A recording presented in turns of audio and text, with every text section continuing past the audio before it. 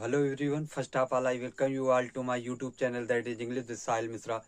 आज हमारी English grammar की क्लास है और जैसा कि आपको पता है हम डायरेक्ट और इनडायरेक्ट नरेशन कर रहे हैं। ठीक है, तो इसके पहले हमने असर्टिव सेंटेंस कंप्लीट किया था डायरेक्ट और इनडायरेक्ट नरेशन में। आज हम डायरेक्ट और इनडायरेक्ट नरेशन में इंट्रोगेटिव सेंटेंस को करने वाले हैं। ठीक है, तो इंट्रोगेटिव सेंटेंस जैसा कि पता है प्रश्नवाचक वाक्य होते हैं। ठीक है, ऐसे सेंटेंसेस जिसमें किसी क्वेश्चन का बोध हो वो इंट्रोगेटिव सेंटेंस कहलाते हैं। ठीक है, अब इसमें भी दो तरह के सेंटेंस आते हैं। एक तो होते हैं जो हेल्पिंग वर्ड से स्टार्ट होते हैं और दूसरे होते हैं जिनमें कोई क्वेश्चन वर्ड सेंटेंस के बीच में आता है। तो इसमें प्रोनाउन के चेंजेस और इसके साथ साथ टेंस के चेंजेस सेम उसी तरह के होंगे जैसा कि असर्टिव सेंटेंस में हुआ था। ठीक है, सारे रूल्स असर्टिव सेंटेंस के ही फॉलो होंगे, बस कुछ चीजें हैं जो इसमें चेंज हो जाती हैं। जैसे उसमें क्या था, असर्टिव सेंटेंस में हम कनेक्टिव वर्ड दैट का यूज कर रहे थे, यहाँ पे हम कनेक्टिव वर्ड दैट का यूज नहीं करेंगे। अगर हमारा रिपोर्टेड स्पीच का सेंटेंस किसी हेल्पिंग वर्ड से स्टार्ट हो रहा है तो फिर हम कनेक्टिव वर्ड इफ या वेदर का यूज करेंगे। और अगर हमारा रिपोर्टेड स्पीच का जो सेंटेंस है वो किसी क्वेश्चन वर्ड से स्टार्ट होगा तो फिर हम किसी दूसरे कनेक्टिव वर्ड का यूज नहीं करेंगे, बल्कि उसी क्वेश्चन वर्ड को हम as a connective word use कर देंगे। ठीक है, और बाकी प्रोनाउन के चेंजेस जैसा मैंने बताया था कि जो फर्स्ट पर्सन का प्रोनाउन आएगा उसे रिपोर्टिंग वर्ब के सब्जेक्ट के अकॉर्डिंग चेंज करेंगे, और जो सेकंड पर्सन का प्रोनाउन आएगा उसको रिपोर्टिंग वर्ब के ऑब्जेक्ट के अकॉर्डिंग चेंज करेंगे, और जो थर्ड पर्सन का प्रोनाउन होगा उसमें हम कोई चेंज नहीं करते हैं। ठीक है ना, तो सेंटेंस के हिसाब से समझते हैं। जैसे कोई एग्जांपल लिखा हो, जैसे he said to me comma inverted comma do you not learn your lesson, ऐसे मान लीजिए कोई सेंटेंस लिखा है, इन्वर्टेड कामा क्लोज, ठीक है, क्वेश्चन मार्क। इसको हमें बनाना है इनडायरेक्ट स्पीच में। तो सबसे पहले ही लिख देंगे।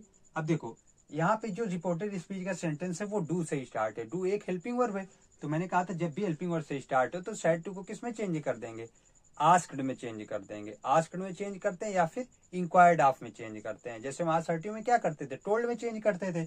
इंट्रोगेटिव सेंटेंस में क्या करते हैं, आस्क्ड में या फिर इंक्वायर्ड ऑफ में चेंज करते हैं। तो सैड टू को किस में चेंज कर देंगे, आस्क्ड में। तो ही आस्क्ड मी।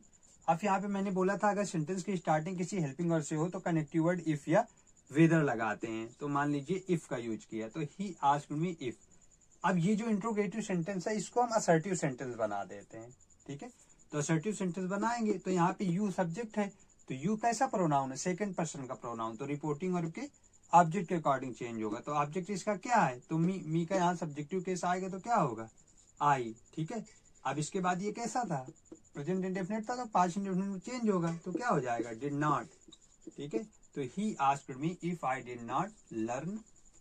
अब देखो यहाँ पे यू के अकॉर्डिंग यू लिखा गया था, अब यहाँ आई के अकॉर्डिंग क्या लिखा जाएगा, माई, और फिर लेशन और फुल स्टॉप लगा देंगे, क्वेश्चन मार्क को हटा देंगे। इस तरीके से चेंज करते हैं सेंटेंस को। ठीक है, एक सेंटेंस और देख लो, जैसे I said to him comma inverted comma should you go there. ठीक है, I asked him, I said to him you should you go there. ठीक है, जब इसको चेंज करेंगे तो आई सेड टू को किस में चेंज कर देंगे, आस्क्ड में। आई आस्क्ड हिम। अब ये भी एक हेल्पिंग वर्ड से स्टार्ट है। ठीक है, तो यहाँ पे क्या करेंगे, कनेक्टिव वर्ड क्या लगाएंगे, इफ। अब यू सेकंड पर्सन का प्रोनाउन है, ऑब्जेक्ट का ऑर्डर चेंज होगा तो ही के हिसाब से यहाँ क्या हो जाएगा, ही। तो आई आस्क्ड हिम इफ ही, और फिर इसमें तो कोई चेंज करते नहीं मॉडल ऑक्सिलरी वर्ब में। ठीक है, तो इफ क्योंकि ऑलरेडी ये सेल का पास्ट फॉर्म लिखा हुआ है, वैसे ये मॉडल ऑक्सिलरी वर्ब होती है शुड। ठीक है, I asked him if he should, और फिर गो और देयर और फुल स्टॉप लगा देंगे इस तरीके से। तो याद रखना जब भी कभी इंट्रोगेटिव सेंटेंस की स्टार्टिंग हेल्पिंग वर्ड से हो तो कनेक्टिव वर्ड इफ या वेदर लगाते हैं। ठीक है, शेड टू को इंट्रोगेटिव सेंटेंस में आस्क्ड में चेंज कर देते हैं या फिर इंक्वायर्ड ऑफ में, और जो इंट्रोगेटिव सेंटेंस होता है उसको हम असर्टिव बना देते हैं। बाकी चेंजेस उसी टाइप से होते हैं जैसे कि हम असर्टिव सेंटेंस में करते हैं, याद रखते। ठीक है, अब हम दूसरे तरह की सेंटेंस की बात कर लेते हैं जिसमें क्या होता है कि जो सेंटेंस होता है वो किसी इंट्रोगेटिव वर्ड जैसे who, whom, where, why, when, how इससे शुरू होता है, तो कैसे बनाते हैं। ठीक है, जैसे एग्जांपल लिखा है, Rakesh said to me, comma inverted comma, where are you going? Question mark inverted comma close कर देंगे, ठीक है। Rakesh said to me, where are you going, इसको बनाएंगे। तो राकेश, अब said to को किस में चेंज करते हैं, आस्क्ड में या फिर इंक्वायर्ड ऑफ में। तो राकेश आस्क्ड मी। अब देखो यहाँ पे जब सेंटेंस की स्टार्टिंग हेल्पिंग वर्ड से होती थी तो हम कनेक्टिव वर्ड इफ या वेदर लगाते थे। अब जब किसी इंट्रोगेटिव वर्ड है, वेयर एक इंट्रोगेटिव वर्ड है, तो जब किसी इंट्रोगेटिव वर्ड से स्टार्टिंग हो रही है तो उसी वर्ड को हम कनेक्टिव वर्ड के रूप में लिख लेंगे, ठीक है। तो वेयर, अब इस सेंटेंस को असर्टिव बना देंगे।